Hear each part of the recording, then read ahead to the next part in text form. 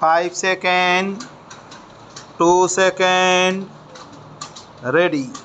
Mr. Vice Chairman, I welcome the bill that has been brought before the House to remove one of the greatest difficulties experienced by law graduates.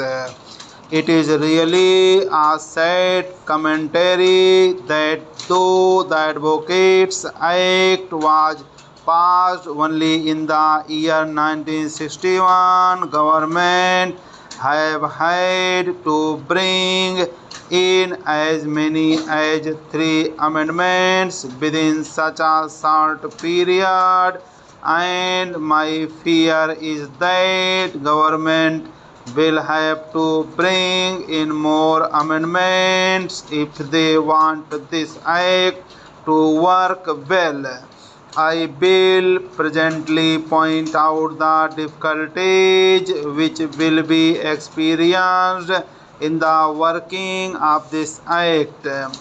We are now discussing the third amendment. At the time when the second amendment was being discussed in this house, my feeling was that the government would have to bring some amendments very soon, and my fears, like those of other honorable members, have come true.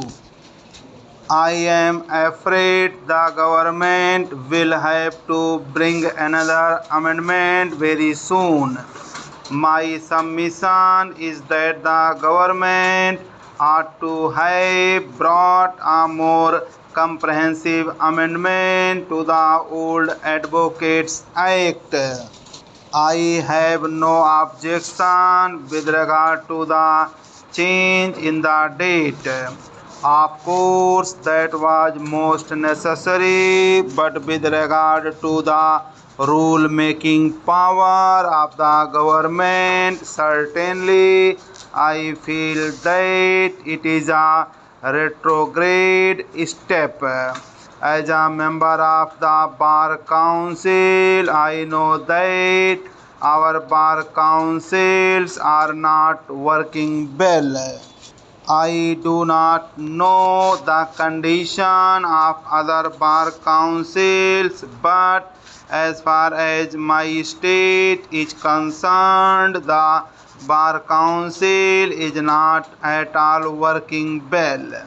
When the Advocates Act was enforced and the new bar council was created in Madhya Pradesh, and when we first met, the Advocate General rightly said that it was a great day for the advocates, that the advocates were their own masters, that they were makers of their own destiny, that henceforth neither the High Court nor the government would interfere in the affairs of advocates, but the experience is that our bar council is ridden by factions, regionalism,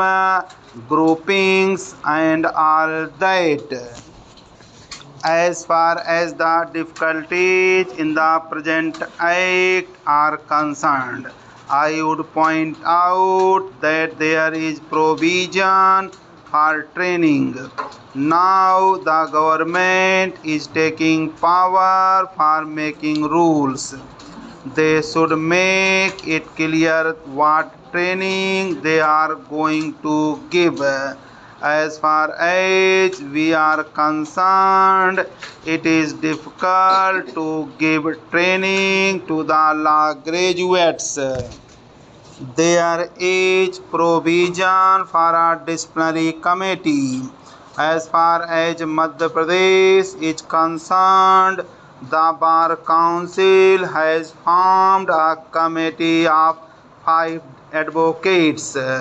I am also one of them, but the difficulty is that the 5 advocates belong to distant places and they cannot meet. The provision is that all the 5 must come together and decide the thing. Otherwise, even if one is absent, the whole proceedings will be nullified. Under the circumstances, the disciplinary committee has not met so far, and I am sure it will not meet any time in the future also.